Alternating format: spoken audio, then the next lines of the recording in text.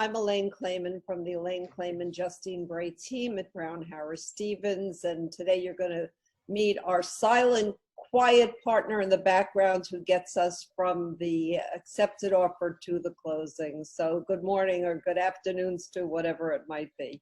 Good afternoon. Thank you. So a little bit about our team to explain how it works is that we're a team of what we call functional specialists. We have a fabulous team of brokers, and then there's three partners. I have been in the business for 34 years. Justine, my daughter, has been in for 20 years, more than 20 years, she'll remind me. And Stu has been in for over a decade and working with our team, and it's been a great collaboration. We each do what we do best, and I'm part of creating marketing, although Justine makes sure everything is executed extremely well. I am the one that negotiates for all the salespeople on the team, and Stu takes the accepted offer through the closing and financially qualifies everybody, and I always say that he has the hardest part of the job without question. Every Tuesday, Stu and I call all of our buyers and sellers, and we tell them and discuss what's going on in the market. And our buyers and sellers love the fact that they know every single week we are going to talk to them. And so we will start. Okay, so as I said, Stu does have the hardest part of the job, and somehow with COVID-19, his job became even harder. Stu, what's new in real estate today? I know everything seems new, but we've been hearing about the COVID-19 clauses that are now in the contract. So can you tell our viewers a little bit about what's happening with these clauses? Well, just to give you a little background, the standard contract that we went into before COVID allowed for either a buyer or a seller to get out of the contract if we did not close by a certain date. And then with COVID and everything taking much longer and boards taking longer for approvals and not being able to do a move-in, the attorneys had to come up with a solution. So I put in a COVID clause, which is really a rider to a standard form contract, and the rider qualifies it by saying that if there are any delays by either the co-op board or the board of managers of a condo or a bank or other institution, that the buyer and seller would have to give a reasonable amount of time in which they would close. And reasonable is just a broad term by which, if anything went to court, the judge would then determine what a reasonable time is. The point being that the buyer and the seller would not be able to get out of the contract just because it took longer than expected. Interesting, Stu. So does this clause benefit the buyer more, the seller more? Who does it benefit exactly? Well, it's really for both to benefit, but more so it benefits the seller because it's the buyer that would be taking more time under this environment because of getting approvals or being able to move in. Interesting. Well, we're going to come back to this clause in a minute, but I know we've been talking about home inspections and how difficult it's been, I think. Can you tell us what's going on with home inspections? I mean, we don't generally do inspections, but the walkthroughs and being able to go in and appraise apartments, that type of thing. Well, with the restrictions in the building and not allowing people into the building, we've worked it out where either the superintendent or a resident manager will escort the buyer into the apartment to walk through, check the appliances, check that everything is removed and the apartment is left room clean so they're satisfied before they go to closing. You know, Stu, I've also heard that there's the mortgage brokers, because there's so much refinancing going on because of historically low interest rates.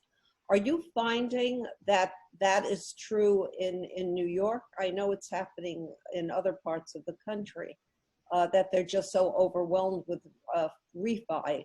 that they can't get to new mortgages. What are you experiencing? Well, they seem to be back on track. One of the biggest issues for us in New York is doing their due diligence and getting questionnaires answered from the managing agent. That delayed things. They also weren't able to handle the appraisals, which would require an appraiser to enter the apartment. Now they've worked it out where the appraisers actually do a drive-by appraisal. So they're looking at pictures, on the web, and they're doing their evaluations of what the apartment is worth. That's sped it up.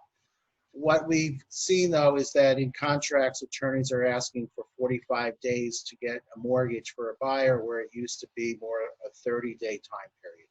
So they've extended that. So obviously we don't do the classic drive-by. So does the broker have to go into the apartment and do a FaceTime and show the condition of the apartment? How is that a Zoom call, or are they just relying on photographs? Because we know photographs can make things look a lot better than they actually do.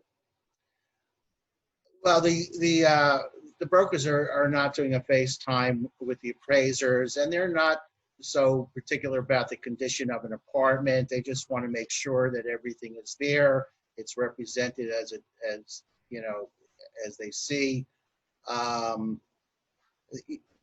they pretty much get an idea or a sense of the apartment and the line that it's in, and then from there they can look at comparable sales and try and figure out what the apartment, if the apartment is worth the contract price. It's okay. We've made a lot of adjustments. I'm wondering if you think these adjustments will last past COVID, or do you think we'll go back to the old ways? Because it seems like things are under control now. Well, it seems like things are under control. I'm not sure if they'll go back to their old ways or not. It cuts expenses for them not to have appraisals go in and do a physical appraisal, but that remains to be seen if they'll go back to that. Right. So in other parts of the country, they have a clause called the force majeure. It's not in a standard contract in New York, is it? Is that why they're putting in these extra clauses? Right. It's not in a standard contract in New York, and as I said, they can actually exit the contract if we don't close within a specified time after the contract closing date. And that's why they had to put something in there to protect the buyers and the sellers, that we have to close, within a reasonable time. Also, they had to protect the buyers, and they've added funding contingencies, meaning if the bank does not issue the loan when we close, then the buyer can get out of the contract. And they're worried about something coming up because of COVID, where maybe the bank will not be able to fund the loan. Well, a lot of intricacies there. Stu, I know that together we've dealt with a lot of difficulties in getting apartments closed. Can you just go through some of the things that we asked them to not kill the messenger, us, along this process? It's been very difficult for buyers. Well, the biggest issue really was they were not allowing the buyers to move in. And so the buyers weren't compelled to go to closing and have additional expenses. And now that time has passed, the boards have figured out protocols to allow buyers to move in. They'll either allow it, or they've asked for the buyers to have a COVID cleaning, as well as the sellers to have a company come in and do a COVID cleaning the same day that they move in or move out. And then the second biggest issue is that buyers would like contractors to go in there and do some renovations, and contractors are not allowed in. So they've been trying to delay the closing until they're ready to have the work done. But since the contract is in force, after a certain reasonable time, the buyers do have to close. Oh, Stu, thank you so much for your genius ways in getting us to the closing table. We all appreciate it.